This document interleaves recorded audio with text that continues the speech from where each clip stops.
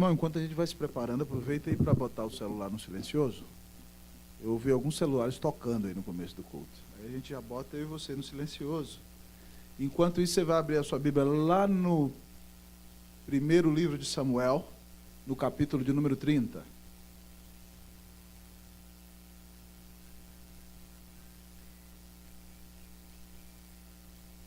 Primeiro livro de Samuel, capítulo 30.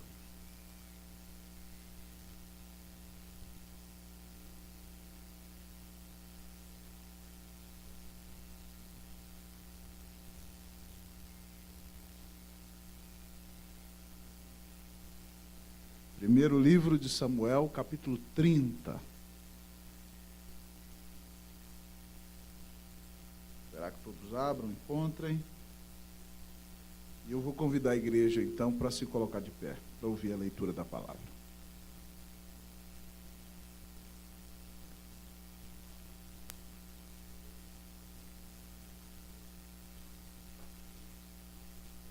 Primeiro livro de Samuel, capítulo 30.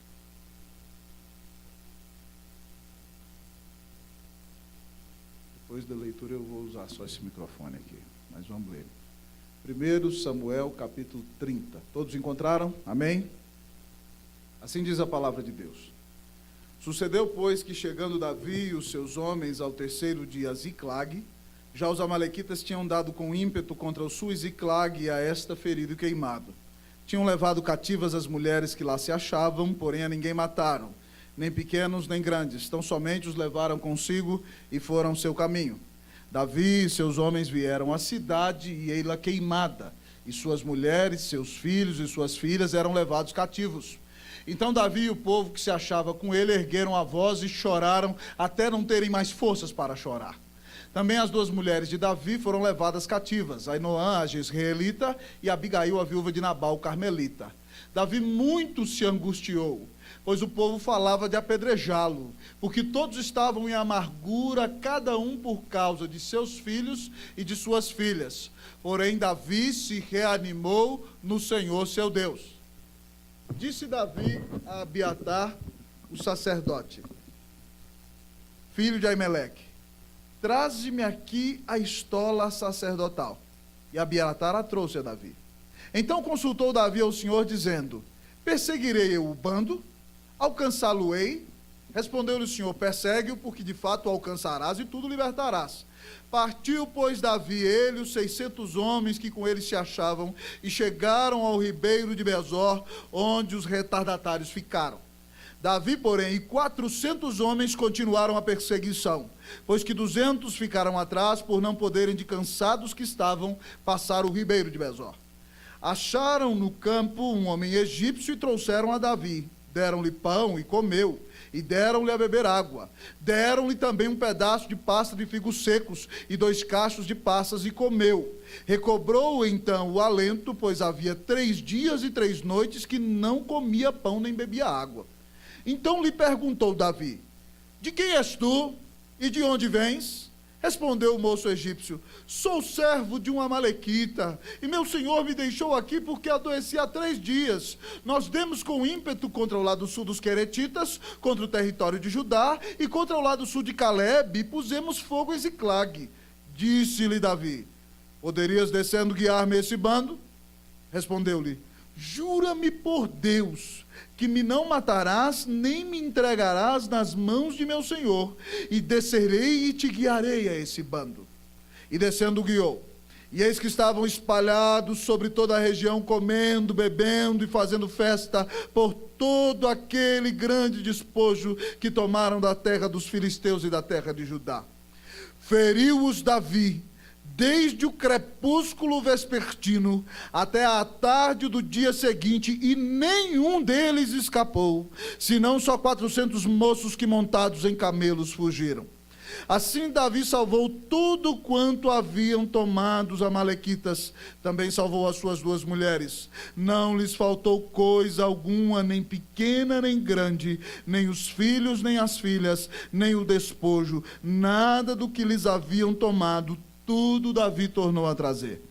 Também tomou Davi as ovelhas e o gado, e o levaram diante de Davi, e diziam: este é o despojo de Davi. Agora vocês vão ler todos comigo, numa só voz, do 21 ao 31. Chegando Davi aos 200 homens que de cansados estavam, não puderam seguir e ficaram no ribeiro de Besor. Estes saíram ao encontro de Davi e do povo que com ele vinha. Davi, aproximando-se destes, os saudou cordialmente. Então todos os maus e filhos de Belial, dentre os homens que tinham ido com Davi, responderam e disseram: visto que não foram conosco, não lhes daremos do despojo que salvamos. Cada um, porém, leve sua mulher e seus filhos e se vá embora. Porém, Davi disse: não fareis assim, irmãos meus, com o que nos deu o Senhor, que nos guardou e entregou às nossas mãos o bando que contra nós vinha. Quem vos daria ouvidos nisso? Porque qual é a parte dos que desceram à peleja, tal será a parte dos que ficaram com a bagagem. Receberão partes iguais. E assim, desde aquele dia em diante, foi isso estabelecido por estatuto e direito em Israel, até o dia de hoje. Chegando Davi a Ziclag, enviou do despojo aos anciãos de Judá, seus amigos, dizendo: eis para vós outros um presente do despojo dos inimigos do Senhor. Aos de Betel, aos de Ramote do Neguebe, aos de Jatir, aos de Aroer, aos de Sifimote, aos de Estemoa, aos de Racal, aos que estavam na cidade dos Jerameelitas e nas cidades dos Queneus, aos de Ormá, aos de Boraçã, aos de Atasse, aos de Hebron, e a todos os lugares em que andara Davi, ele e os seus homens. Vamos orar. Pai, exalta o nome de Jesus nessa mensagem. Eu quero dizer para o Senhor, Deus, que eu creio no Espírito Santo. Eu quero dizer para o Senhor, Deus, que a igreja crê no Espírito Santo. Nós queremos dizer para o Senhor que nós acreditamos na mediação de Jesus. Deus, e nós ficamos perplexos, mas nos regozijamos profundamente por causa da obra de Jesus. Porque o Senhor é Deus de graça e o Senhor coloca pecadores para dar mais glória ainda à tua graça, para compartilhar a tua palavra. Então, Deus, abre o coração de quem explica e expõe as Escrituras, e abre o coração de quem ouve, e exalta o nome de Jesus. Ó Deus, e que, como ouvimos na mensagem desta manhã, que venha nos arder o coração, enquanto ouvimos o Senhor mesmo nos expor as Escrituras. Fala a alma de tua noiva. Abençoa a Igreja Presbiteriana do Guará 2, Senhor. Dá glória ao teu nome e anima o nosso coração em ti, grande Deus, enquanto ouvimos essa mensagem.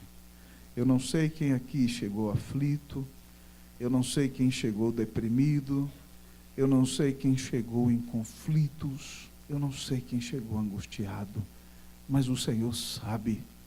E foi o Senhor quem trouxe essa pessoa aqui hoje, que precisa ouvir esta palavra de tua parte. Então, Deus, alimenta esse teu filho, essa tua filha. Dá-lhe esperança em Jesus. Que essa pessoa tenha os olhos cravados em ti. E que ela, nessa noite, se reanime no Senhor.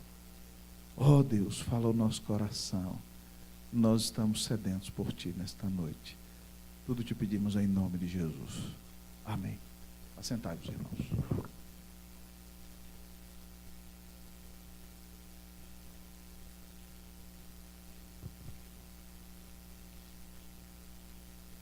Os irmãos podem entrar, tem lugar aqui à frente ainda. Os irmãos que estão entrando, vamos esperar que todos fiquem cômodos para que comecemos a mensagem. Primeiro livro de Samuel, capítulo 30, nós lemos nesta noite.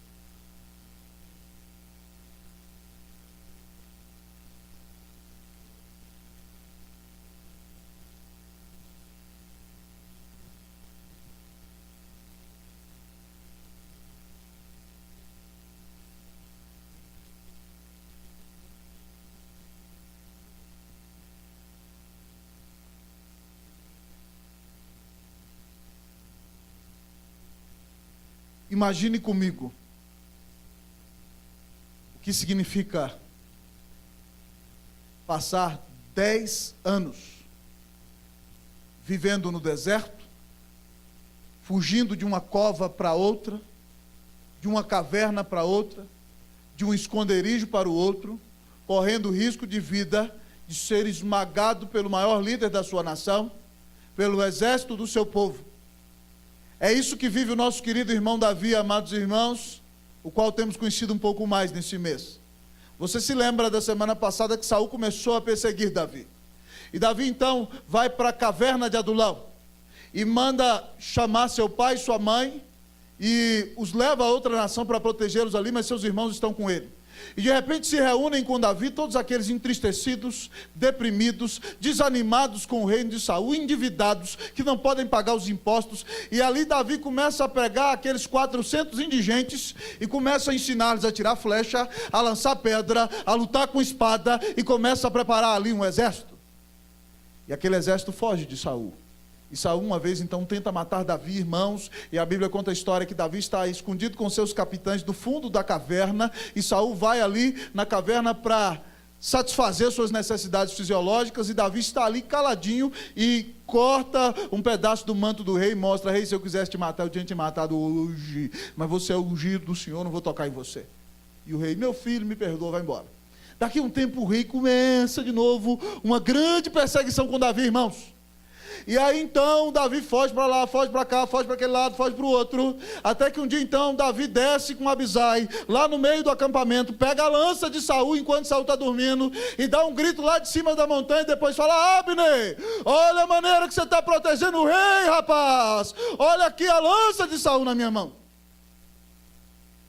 E Saul diz: meu filho Davi, pequei contra você. Mas Saul, irmãos, Davi vive 10 anos desse jeito. E o bando dele, que é de 400, aumenta para 600. Até que Davi cansa de ficar fugindo do rei de Israel. E sabe o que ele faz? Ele vai lá para Aquis, o rei de Gate, o rei dos filisteus, do qual ele matou muita gente. Ele fala para Aquis: Aquis, aqui está a minha guerrilha, eu vou ser mercenário, vou trabalhar para você, onde você me mandar eu vou matar quem você quiser. E ele pediu para Davi, para Aquis, a cidade de Ziclag, essa cidade que nós lemos no texto. E aí Davi sai e vai, então assalta com seu exército os beduínos ou os povoados pobres daquela região, e vai para Aquis falando que está matando judeu, mas ele não está matando judeu. Só que ele precisa fugir de Saul, porque senão Saul, o rei do povo de Deus, vai matá-lo. E aí, irmão, chegou o grande dia da verdade.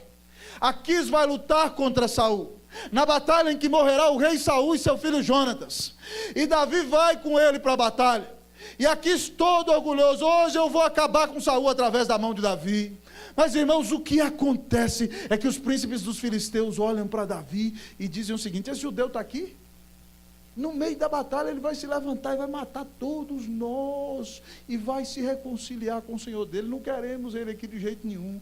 E Aquis fala: Davi, você vai ter que voltar para sua cidade. E Davi: Aquis, o que eu te fiz? Eu não te fui sempre leal. Ele fala: volta, rapaz, os príncipes não querem você aqui não. E Davi volta. 3 dias de viagem. E a Bíblia nos conta a história, irmãos, que quando ele chega a Ziclag, a cidade está queimada. Todos os seus bens foram levados, de todos os homens. As mulheres de todos foram levadas cativas, inclusive as 2 mulheres de Davi, Ainoã, a jezreelita, e Abigail, a viúva de Nabal, carmelita. E, queridos irmãos e irmãs, os homens perderam suas mulheres, perderam seus filhos, perderam seus bens. E imaginem comigo, eles já estão cansados de 3 dias de caminhada no deserto. E a Bíblia diz que eles choram angustiados até perderem as forças. E de repente, amados irmãos, eles veem o inimigo atacar então a casa deles, a finança deles, a vida deles, a emoção deles, e eles estão chorando em grande angústia, e de repente eles falam assim, angustiados que estão: o responsável é Davi, vamos acabar com ele. Sempre o culpado é o pastor, irmão, não tem jeito não, arranca a cabeça dele. E eu imagino o coração de Davi, irmãos. Davi foi para o deserto, ficou ali treinando aquele povo, deu a vida por aquele povo, conhece aquele povo, e na hora da dificuldade, assim, ó, vamos apedrejar Davi, acaba com Davi. A Bíblia diz que Davi muito se angustiou, ficou tremendamente aflito. Mas aí o texto mostra a expressão-chave da nossa mensagem nessa noite, que está no versículo 6, que você vai ler comigo, versículo de número 6. Vamos ler comigo, versículo 6. Vamos ler o 5 e o 6. Eu vou ler o 5, vocês o 6. Também as 2 mulheres de Davi foram levadas cativas. Ainoã, a jezreelita, e Abigail, a viúva de Nabal, o carmelita. Vamos ler o 6 comigo, vamos lá. Davi muito se angustiou, pois o povo falava de apedrejá-lo, porque todos estavam em amargura, cada um por causa de seus filhos e de suas filhas. Leia de novo depois do porém para mim, vamos lá? Porém, Davi se reanimou no Senhor, seu Deus. Porém, Davi se reanimou no Senhor, seu Deus. Amados irmãos, essa palavra se reanimou traz a ideia de se fortaleceu. E ela no hebraico está num paradigma verbal, de maneira que o verbo é traduzido para nós como se ele tivesse uma voz reflexiva. No hebraico se chama hitpael esse negócio. E o que acontece é o seguinte, aqui o texto diz que Davi se reanimou no Senhor seu Deus. Ele buscou ânimo, naquele momento de angústia, de perda, de sofrimento, de traição, de engano. Davi buscou a força em Deus. E a expressão do verbo é que ele se fortaleceu no Senhor, buscou força em Deus e Deus o fortaleceu. Essa é a ideia do verbo. Ele se animou, o Senhor me anima, o Senhor me enche esperança, Deus socorro, abre os céus e desce, e Deus responde à oração daquele homem, esquenta o coração dele, e o anima para uma grande conquista. Talvez você está aqui nessa noite, irmão, e está passando uma tremenda luta no trabalho, e você está dizendo, pastor, não dá mais, eu vou renunciar, vou pedir transferência, vou ficar sem trabalho, mas eu não aguento pisar mais o pé ali. Talvez você chegou aqui nessa noite e está enfrentando conflitos tremendos na sua família. Fala, pastor, não dá mais, não dá mais. Esse homem é porco, é enjoado, ele faz tudo de errado, pastor. Você fala, essa mulher é que nem uma goteira. Tem. Ela não para momento nenhum. Ou talvez, mãe, você chegou aqui nessa noite, você tem feito de tudo pelo seu filho. Você tem orado por ele, você tem buscado a Deus pela vida dele, trouxe a igreja, e o menino está rebelde, e você já não tem mais força, já não aguenta mais. Talvez você chegou aqui e falou assim, pastor, não passei no concurso, o dinheiro está curto, a coisa está feia para o meu lado, o que eu faço, pastor? Eu estou enfrentando uma grande tribulação. Sabe o que você tem que fazer? Se reanimar. Reanime-se no Senhor. Está dando tudo errado para você, mas de repente um dia, nos livros da história da humanidade, nós vamos ouvir assim, porém Franco se reanimou no Senhor seu Deus. Porém Ionete se reanimou no Senhor seu Deus. Porém Manuel se reanimou no Senhor seu Deus. Reanime-se no Senhor, meu irmão. Busque a Deus por renovo no seu coração nessa noite. Busque a Deus para que Ele aqueça a sua alma. Busque a Deus para que Ele encha o seu coração da presença dEle e te dê força para enfrentar as grandes lutas que têm batido à sua porta. E se você de fato nessa noite clamar o ânimo, o renovo, a esperança, a restauração do Espírito de Deus, o Senhor vai te reanimar nele nessa noite em nome de Jesus. E como alguém que se reanima no Senhor deve se comportar, pastor? Nós vamos olhar então para as atitudes de Davi. E a nossa mensagem tem como tema nessa noite, atitudes de quem se reanima no Senhor. Atitudes de quem se reanima no Senhor. Vamos repetir comigo, vamos lá? Atitudes de quem se reanima no Senhor. Primeiro lugar, quem se reanima no Senhor, ora. Primeira atitude de quem se reanima no Senhor. Quem se reanima no Senhor, ora. Vamos falar comigo, vamos lá? Quem se reanima no Senhor, ora. Fala para o seu irmão, vai orar. Ora mais. Em nome de Jesus. Vamos lá aí na Bíblia. Vamos ver aqui no texto. Vamos ler o versículo 7 e o versículo de número 8. Eu leio o 7, vocês o 8.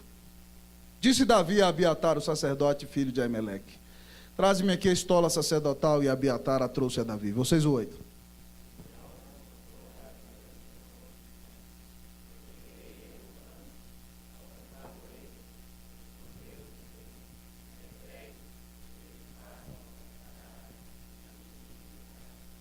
Irmãos, Davi está fora de Israel, mas o filho do sumo sacerdote está com ele.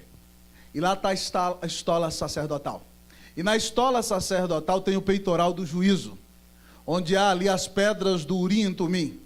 E as pedras do Urim e Tumim eram uma maneira que o povo de Deus consultava a vontade de Deus no Antigo Testamento. Há diferentes opiniões sobre a maneira como esse negócio funcionava. Mas a mais prática é a seguinte: havia uma pedra do sim, uma pedra do não. Alguns acreditam que todas as pedras que estavam ali no peitoral do juiz tinham várias letras, e quando alguém consultava a Deus, o sacerdote abria a pedra e algumas luzes se acendiam e o sacerdote interpretava então a mensagem do Senhor. Mas Davi manda chamar seu pastor. Abiatar, vem cá, vamos orar comigo. Ora comigo, pastor, preciso de oração. Vamos buscar a vontade de Deus. E ele então ali na estola, eles usam o Urim e Tumim, e ele pergunta: Senhor, vou perseguir o bando ou não vou? Vou alcançar ou não vou? E o Senhor fala para ele o quê? O Senhor fala para ele: persegue, porque você vai alcançar tudo e vai libertar todo mundo. Davi, ora. Davi podia ter dado um grito aqui: vamos lá, pessoal, vamos arrancar a cabeça desses amalequitas. Ele podia ter feito isso.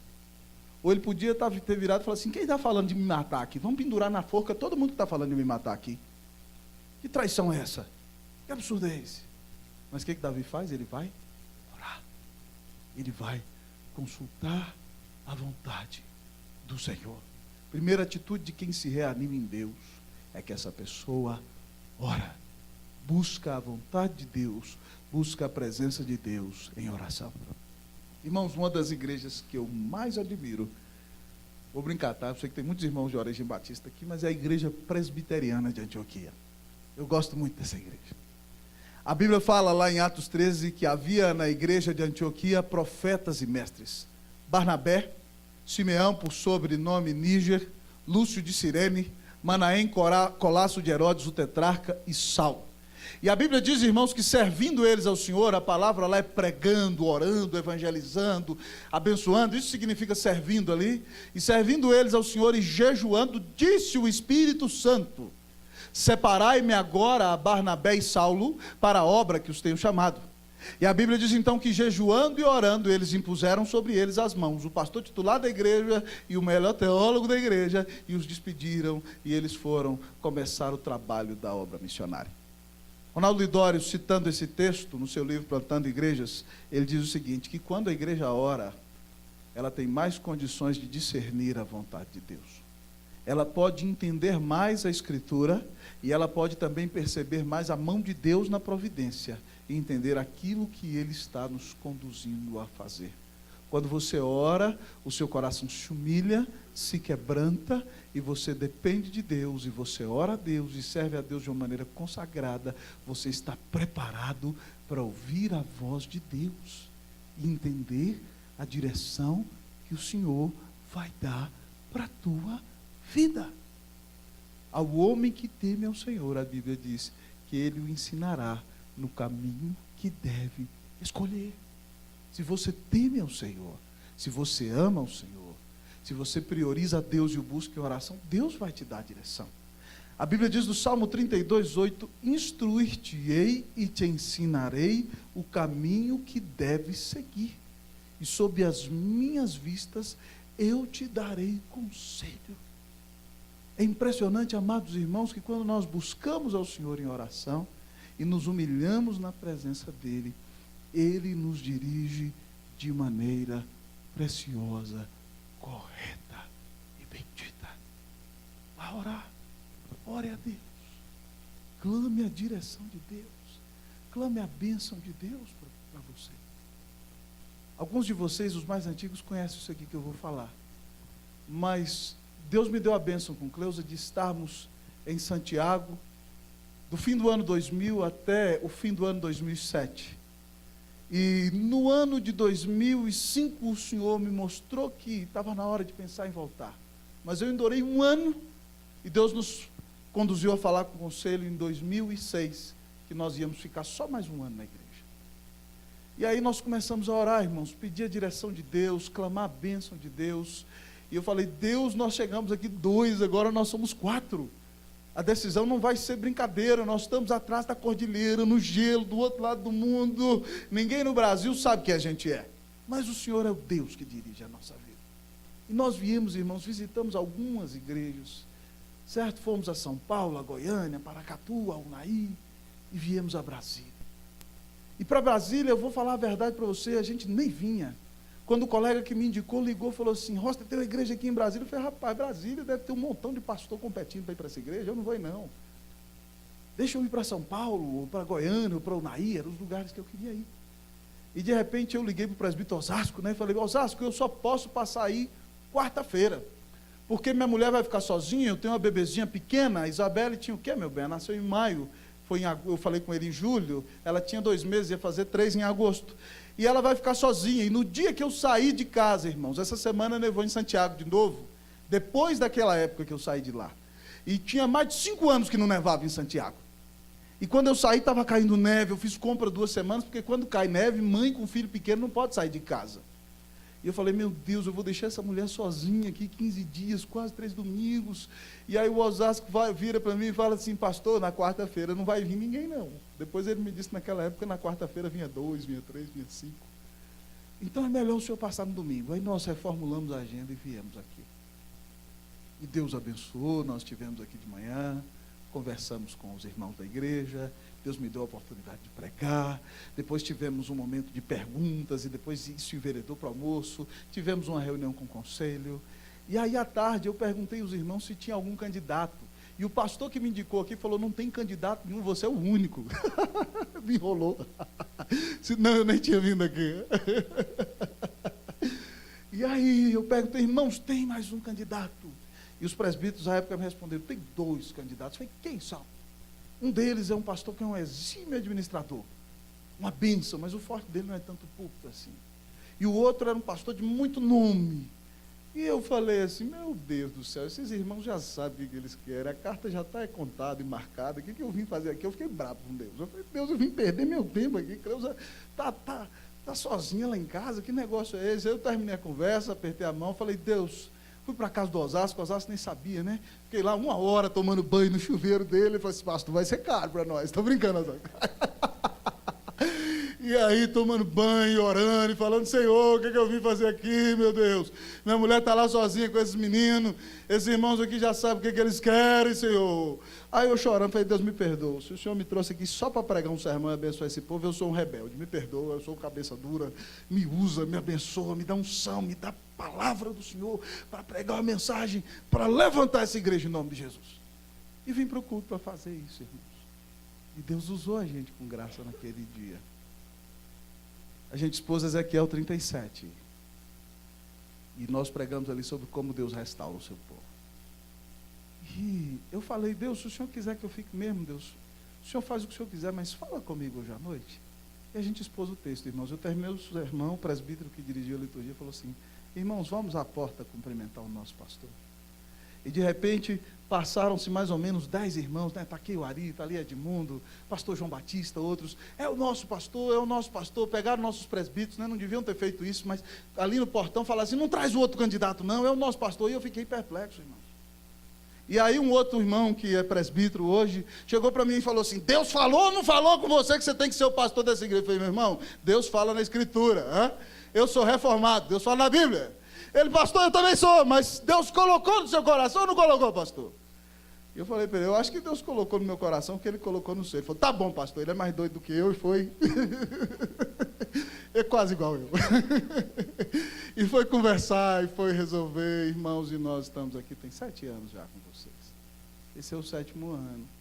Mas a gente tem que orar, irmãos. Tem que clamar a direção de Deus para a nossa vida. Não era o meu projeto vir para cá, não era o projeto do conselho que eu viesse para cá, mas era o projeto de Deus que eu estivesse aqui. Então, irmãos, é assim na nossa vida. Então nós precisamos orar. Talvez está faltando na sua vida oração, irmão. Talvez está faltando na sua vida dobrar o joelho e falar, Senhor, o que queres que eu te faça? Qual é o próximo passo? O Senhor me responde, me dirige, me conduz. Sabe por quê?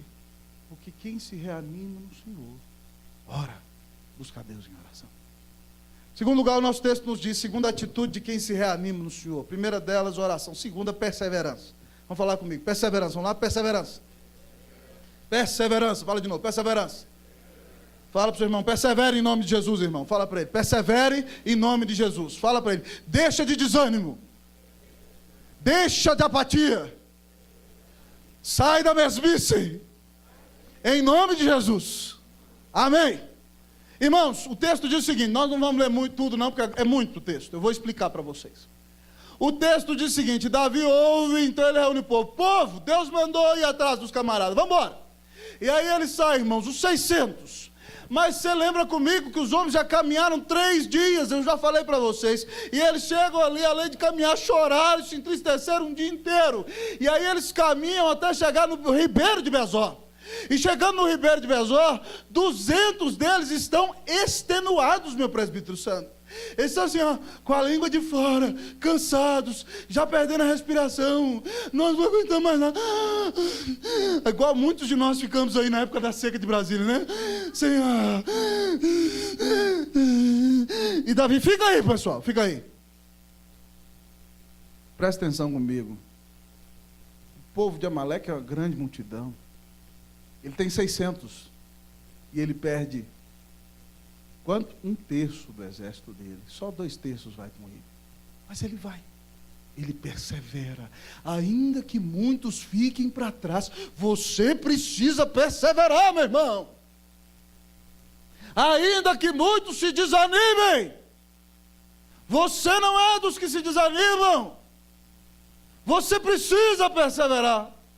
Mas o texto diz para nós, amados irmãos, uma segunda cena na perseverança, é que eles encontram um rapaz egípcio também arrebentado, outro cansado, outro estiolado, outro adoentado que ficou no meio do caminho. Irmãos, está cheio de adoentados, de deprimidos, de estraçalhados, quebrantados, estiolados no meio do caminho.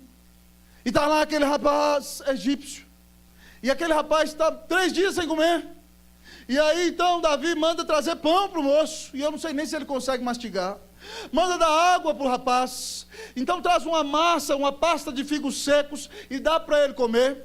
E dá para ele 2 cachos de uva passa, e aí ele revigora, ele volta em si. E Davi fala para ele, quem é você, rapaz, de onde é que você vem?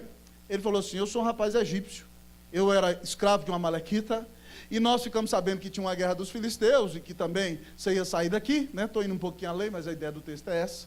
Então o que ele falou assim, nós demos contra os queretitas, que eram filisteus, contra o sul de Judá, botamos fogo em Ziclag e roubamos todo mundo, mas eu fiquei doente. E meu senhor, né? Era um homem muito ruim, né, irmãos? Me deixou aqui para eu morrer. E aí Davi virou para ele e falou assim, você me leva onde é que está o bando? Ele falou assim, se você jurar que não vai me matar, e nem vai me entregar para o meu senhor, Davi, rapaz, isso é coisa pequena, vamos embora. E aí eles foram, irmãos. E a Bíblia conta para nós, irmãos. Então Davi persevera também, até na hora de salvar seu povo, em ajudar um miserável no meio do caminho. O miserável vai ajudá-lo, mas ele podia ter visto ali, é daquele soldado, vou matar logo, que ele merece morrer. Mas Davi foi inteligente. Ele alimentou o camarada, cuidou do camarada, e o camarada o levou onde ele precisa chegar. Quando Davi chega então, irmãos, a Bíblia diz que eles estão espalhados no vale. E eles estão dando risada, estão bebendo, estão fazendo festa, estão na gandaia, na farra, igual o povo brasileiro aí gosta de ficar, caindo na gandaia e na farra. E a Bíblia diz que Davi chega ali no crepúsculo da tarde. E a Bíblia conta para nós, amados irmãos, que Davi começa a matar no crepúsculo vespertino. E ele mata até a tarde do outro dia. A ideia do verbo tarde aqui é até o fim da tarde do outro dia. Davi, com 400 homens, começa a matar os seus inimigos que levaram as suas esposas, e passa 24 horas lutando. Quem aqui já ficou 24 horas fazendo alguma coisa, sabe o que é isso. Quando você já teve que virar direto, ficar estudando, o negócio foi complicado. Ou você teve que ficar na empresa e teve que ficar 24 horas direto, você sai dali meio zumbi, assim. Mas Davi persevera na luta, irmãos. E a Bíblia diz que ninguém dos que estão a pé foge. Só 400 rapazes espertos que montaram nos camelos e vazaram. Foram embora. E a Bíblia diz que Davi recupera tudo. Recupera as mulheres, que os homens recuperam os filhos, que ele recupera o despojo, que nada ficou do que eles roubaram. Pelo contrário, ele voltou com muito mais, e todo mundo saiu dizendo, esse é o despojo de Davi. Essa é a grande conquista de Davi. Agora imagine comigo se Davi, quando os 200 ficam no caminho, não tivesse ido. Imagine comigo se Davi, quando vê aquele homem no caminho, ele resolve então matá-lo e acabar com tudo e deixa de ter aquele coração misericordioso que lhe era característico. Imagine comigo, meu irmão, se Davi chega ali e fala: aquele exército é muito maior do que o meu, eu não vou conseguir acabar com eles. Davi estaria perdido. Mas nós, irmãos, somos de um povo que persevera. A Bíblia diz em Hebreus 10. Nós não somos de um povo que retrocede. Nós não somos de um povo desanimado. Nosso ânimo não está em nós, não está nas nossas finanças, não está nos nossos recursos, não está nas pessoas que nos cercam, não está nas condições e nas circunstâncias que estamos enfrentando. Nosso ânimo vem de nosso Deus, de nosso grande Salvador Jesus Cristo. E é por isso que nós podemos ter coragem e perseverança ainda no dia de grandes lutas, ainda que alguns fiquem pelo caminho, ainda que nós encontremos a muitos machucados, ainda que a luta não seja difícil, nós podemos perseverar na certeza de que nosso Deus está ao nosso lado, porque nós nos reanimamos no Senhor e não em circunstâncias. Irmãos, me lembro quando eu formei no seminário. Fui para o Chile no meio do ano pregar, 6 meses antes de formar, conhecer a igreja, acertar tudo. Voltei do Chile, no começo de julho. Meus avós iam fazer 50 anos de casado no dia 22 de julho em Paracatu, eu ia pregar.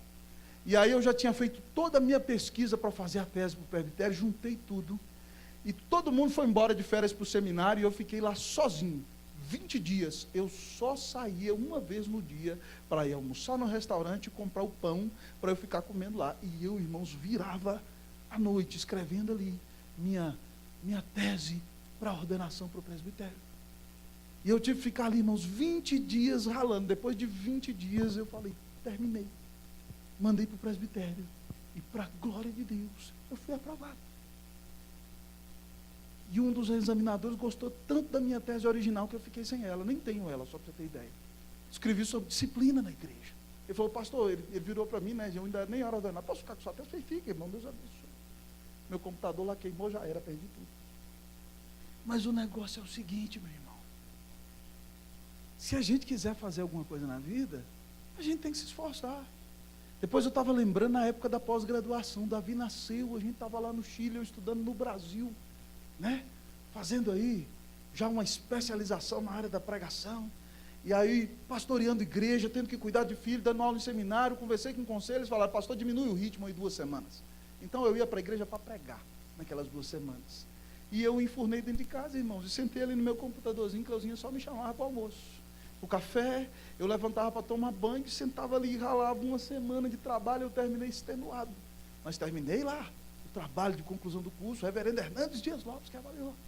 Fui aprovado, graças a Deus. Louvado seja Deus. Tudo na vida, irmão, exige dureza. Deixa de moleza. Toma vergonha na sua cara. Deixa de ficar choramingando. As coisas boas são aquelas que exigem de você perseverança. Deixa de desânimo, criatura. Deixa de ser essa pessoa que vive na inércia. Ah, pastor, tem muito trabalho. Não, vai trabalhar, Deus te deu inteligência para isso. Lute. Não se desanime. Persevere e reanime-se no Senhor. Deus não vai te abandonar. Deus vai te dar força. Mas, meu irmão, a Bíblia diz que tudo o que o homem plantar, isso ele ceifará. E a Bíblia diz que aquele que não quiser trabalhar, não coma. Então é o seguinte: se você é preguiçoso, não pensa que Deus vai te abençoar, não. Você fala: quero passar no concursão. Nunca abre um livro. Que dia que você vai passar no concurso? Por mais inteligência que você tem, você não passa, não tem jeito. Deus vai abençoar o cara que trabalha. Então, meu irmão, continue perseverando. Está difícil a coisa, mas continue, persevere. Faça como Davi, reanime-se no Senhor. Se você perseverar, Deus vai trazer a conquista e a vitória para você. Deus te ajude e te abençoe, amém? Que você seja do que persevera, não do que desanima. Mas o texto nos mostra nessa noite mais uma atitude de quem se reanima no Senhor. O primeiro delas é oração. Quem se reanima no Senhor, ora. Quem se reanima no Senhor, persevera. Mas ao olhar para o nosso texto, nessa noite, a gente aprende que quem se reanima no Senhor, compartilha. Quem se reanima no Senhor, compartilha. Vamos falar comigo? Vamos lá? Quem se reanima no Senhor, compartilha. Davi tem a grande vitória, irmãos. E ele volta com despojo. Imagine comigo, ele voltando lá no seu cavalo, todo feliz, as mulheres, a festa, todo mundo trazendo tudo, e aí eles encontram aqueles 200 cansados lá no Ribeiro de Besor, e a Bíblia diz que quando eles veem Davi de longe, eles vêm correndo ao encontro de Davi, e Davi saúda-os amavelmente, diz o texto. Davi vira para eles: Shalom Adonai, a paz do Senhor está com vocês. Saúda-os carinhosamente, não joga nada na cara, é amoroso, está tudo bem com vocês. Davi é um grande pastor de ovelhas, está tudo bem com vocês, meus amados. Mas a Bíblia diz que há uns filhos de Belial no meio dos soldados de Davi. Belial, amado irmão, significa bom para nada, aquele que não presta para nada, e é um dos nomes do Antigo Testamento dados a Satanás. Então, filho de Belial significa aquele que é mau, que é filho do diabo e que não presta para nada. Então esses filhos de Belial viram e falam assim: o quê? Esses camaradas ficaram aí tomando água na sombra, água fresca, descansando.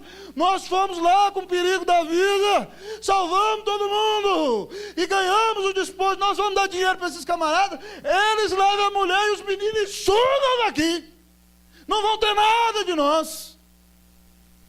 Como diz lá em Minas Gerais, né, pastor? Ainda estão pegando boi de levar as mulheres e os meninos. Ainda estão pegando boi. E Davi fala: que é isso, meus irmãos? Quem deu a vitória para nós foi quem? Quem entregou os nossos inimigos das mãos foi quem? Quem nos deu força para vencer foi quem? Foi o Senhor. Quem ficou aqui cuidando da bagagem vai receber o mesmo valor que quem foi lá lutar. E isso vira, irmãos, uma lei em Israel. Em Israel a generosidade começa a ser lei. O compartilhar faz parte da vida do povo de Deus. E aí então, irmãos, eles compartilham. E a Bíblia diz então que Davi volta para Ziclag e pega de todo o despojo dele, depois de pagar todo mundo a sua parte, e dá para aqueles que não foram, e ele manda presentes para os homens, para os anciãos, para os presbíteros de várias cidades do sul de Judá. É claro que Saul já está prestes a morrer, e logo, logo eles vão coroar a Davi rei. Mas mesmo assim, sem saber o que vai acontecer, Davi é generoso e fala assim: olha, toma aqui para vocês o despojo, a conquista, o tesouro que nós conseguimos tomar dos inimigos do Senhor. Davi é generoso, amados irmãos. Davi compartilha aquilo que tem. Ao pensar na generosidade de Davi, de quem você lembra? Sabe de quem eu lembro? Daquele grande Deus que tinha um único filho na eternidade e amou ao mundo de tal maneira que deu o seu Filho unigênito, o único filho que ele tinha, eterno, um com ele, Deus com ele, o fez tornar-se homem e vir a este mundo e obedecer perfeitamente para conquistar a nossa salvação. Obedeceu passivamente, recebendo a ira do Pai contra o pecado na cruz, para morrer no teu lugar e no meu. Jesus morreu na cruz para pagar os teus pecados, e ressuscitou e vivo está. E agora Deus quer propor, quer dar-te de graça, por sua soberania, a salvação. E aí o texto diz que Deus amou ao mundo de tal maneira que deu o seu Filho unigênito, para que todo aquele que nele crê não pereça, mas tenha a vida eterna. Deus é tão generoso que deu o melhor para você. Deu Jesus na cruz para que você não fosse para o inferno. E a única coisa que Ele requer de você é que você se arrependa dos seus pecados e creia que Jesus é o Filho de Deus. Creia que Ele é o único mediador entre Deus e os homens. Que você confie-se ao seu senhorio. Que você diga: Senhor, eu me submeto à tua soberania, tu és o meu Senhor, eu creio, Jesus, que morreste na cruz por mim, eis aqui a minha vida te pertence, habita no meu coração. E a Bíblia diz: se você crê em Jesus assim, os seus pecados são perdoados. Presta atenção aqui, irmão, em mim, você será salvo. Você terá paz com Deus. Você não vai dever mais nada na conta do céu. Você vai ter um lugar garantido no céu, vai se tornar a habitação de Deus, vai ter a presença do Senhor na sua vida e vai ser perdoado. Sabe por quê? Porque Deus é um Deus generoso. Quem se reanima no Senhor sabe que tudo que tem vem de Deus e pode compartilhar. Hoje as minhas ilustrações são só pessoais, mas é de propósito.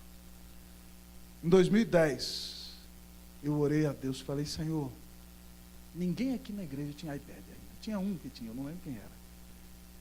E eu vi o iPad, eu falei, Deus, esse trem é bom demais, né?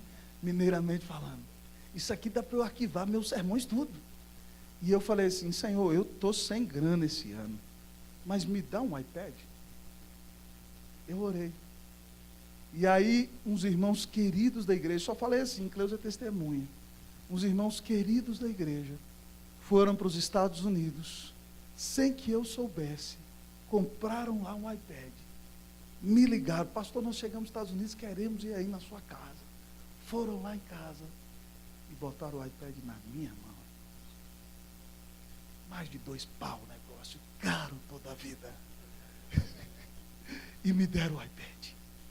Sabe o que significa isso? O iPad, esse aqui, ó, onde eu leio a Bíblia com você, você fala, nossa, o pastor prega sem esboço. Eu prego sem esboço, mas está tudo escrito aqui.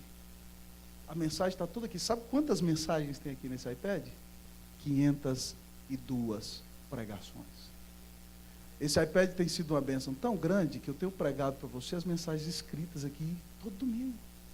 Mas já preguei nas 5 regiões do país, mensagens aqui depois de ganhar esse iPad. Já fui 2 vezes pregar lá nos Estados Unidos, de onde ele veio. 2 vezes. Certo? E Deus tem usado a vida e as pequenas mensagens aqui, apesar da miserabilidade do pregador, para abençoar muitas vidas, para salvar pessoas. As mensagens que ali estão escritas, eu viajo, talvez lá para Minas Gerais, está ali a mensagem, eu leio o texto, o sermão está pronto, eu memorizo, decoro, encho o meu peito, mas se não tivesse ali, não seria tão fácil. E como Deus tem usado a pregação para abençoar muitas vidas. Tudo porque Deus moveu 1, 2 corações para me dar esse negócio. Almas têm sido conquistadas para Cristo Jesus. E você tem sido abençoado todos os domingos. Você não sabe, irmão, o que pode acontecer se você for generoso com seus irmãos. Desde ser murrinha, desde ser canguinha, mão fechada, miserável. Você vê um irmão seu passando necessidade, abençoa a vida dele. Você não sabe que bênção ele pode ser para a vida de outro. Você não sabe que uma pequena coisa que você fizer, meu irmão, pode ser usada para abençoar a vida de outro. Você não tem noção de que bênção pode ser. Deus pode te usar maravilhosamente. Irmãos, eu tenho uns negócios desses com Deus, sabe? Eu estava no seminário, 2º ano, falei, Deus, eu não tenho tostão, tenho que comprar um computador. Chegou a hora da exegese, tem que usar o programa para trabalhar no hebraico, no grego, Deus não tem. Fui trabalhar em Minas Gerais, preguei o mês inteiro. No fim do mês, o casal vendeu uma fazenda, falou assim, nós íamos dar o dízimo na igreja, uma oferta para o missionário, mas você está aqui, está pregando para a gente. Toma aqui. Chegaram lá, contaram, botaram 2.500 no púlpito, assim, me deram. Na mão, sabe o que eu fiz? Comprei o melhor computador do seminário, era o meu. Uma benção, fiz minha exegese. Sabe o que aconteceu? Quando eu saí, Deus me deu a benção de vender ele baratinho, 1/3 do que valia. Só porque eu estava casando, eu não dei de graça. Da impressora, depois alguém me contou que esse computador ainda se viu mais 5 anos no seminário passando na mão de 3. E outros pastores foram formados através daquele computador que alguém me deu uma oferta no interior de Minas Gerais. Já pensou nisso? Você não sabe como Deus pode te usar para abençoar muitos. Então pare de viver só para você, pare de pensar só em si mesmo. Um abraço seu pode ser uma bênção. Uma palavra de esperança para um menino na igreja, sabe o que pode acontecer? Aquele menino pode vir a ser um pastor e um missionário que vai ganhar centenas de almas para Cristo Jesus. Se você compartilha um abraço, se você compartilha uma oração, um menino que vem para a igreja e não tem pai, só tem a mãe. Os líderes da igreja ligam para esse menino, conversam com ele, chamam a mãe para ir em casa, para ensinar para esse menino o que é masculinidade, o que é ser homem. Pode ser um santo varão de Deus no futuro, porque você compartilhou da sua vida, compartilhou do seu tempo, compartilhou do que tinha, para ser um instrumento para mudar muitas vidas. Irmão, quem se fortalece em Deus não vive para si mesmo, porque aprende com Deus. É privilégio doar. Como disse Paulo, citando a Jesus em Atos 20:35, mais bem-aventurado é dar do que receber. E aí?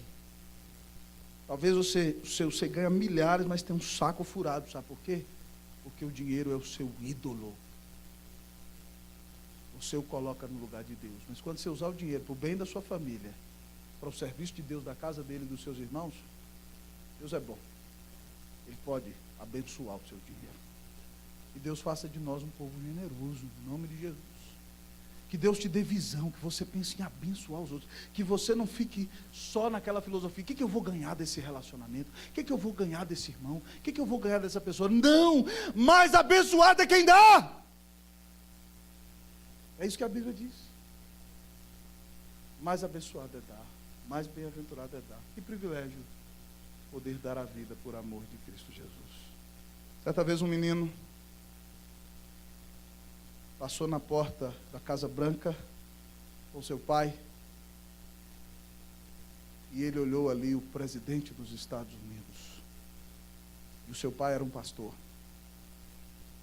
E aí então, o filho falou: papai, imagine se o senhor fosse aquele homem, o presidente dos Estados Unidos. Ele falou assim: meu filho, Deus me chamou para ser um profeta. Se eu sou profeta, eu não preciso me rebaixar querendo ser um rei. O que você quer? Viver para si mesmo ou para o serviço do Senhor? Ao chegar ao fim dessa mensagem, eu quero lhe perguntar: onde está a esperança da sua vida?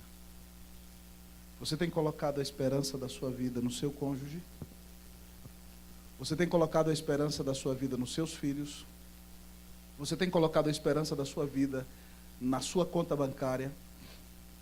Você tem colocado a esperança na sua vida no sucesso e nas conquistas que você terá na sua profissão? Você tem colocado a esperança da sua vida nas circunstâncias que você enfrenta? Se você, amados irmãos, coloca a esperança da sua vida e o ânimo da sua vida nesses recipientes equivocados, você vai se frustrar. Você vai se deprimir, porque seu cônjuge pode se frustrar, porque seus bens podem se acabar, porque os seus amigos podem te trair, porque as circunstâncias podem ser complicadas para você. Mas quando você coloca a sua esperança em Deus, quando você coloca a sua esperança em Jesus que morreu na cruz por você, quando você se reanima no Espírito do Senhor e na sua palavra, a Bíblia diz que o Deus eterno vem dos céus e reaviva o seu coração, reanima o seu ser e renova o seu coração. E aí você ora, você persevera e começa a usar a sua vida generosamente para ser uma bênção aqui, ali e além. Que você pare de colocar a esperança da sua vida em pessoas, em circunstâncias, em finanças, em condições, e que você se reanime no Senhor, orando a Deus, perseverando sempre e sendo usado para compartilhar seus dons, talentos para com muitos. Irmão, que você faça o que Davi diz no Salmo: tem de bom ânimo, fortifique-se o teu coração, espera, pois, pelo Senhor, que você se reanime no Senhor Jesus, em nome de Jesus, para a glória de Jesus. Que Deus te reanime nessa noite.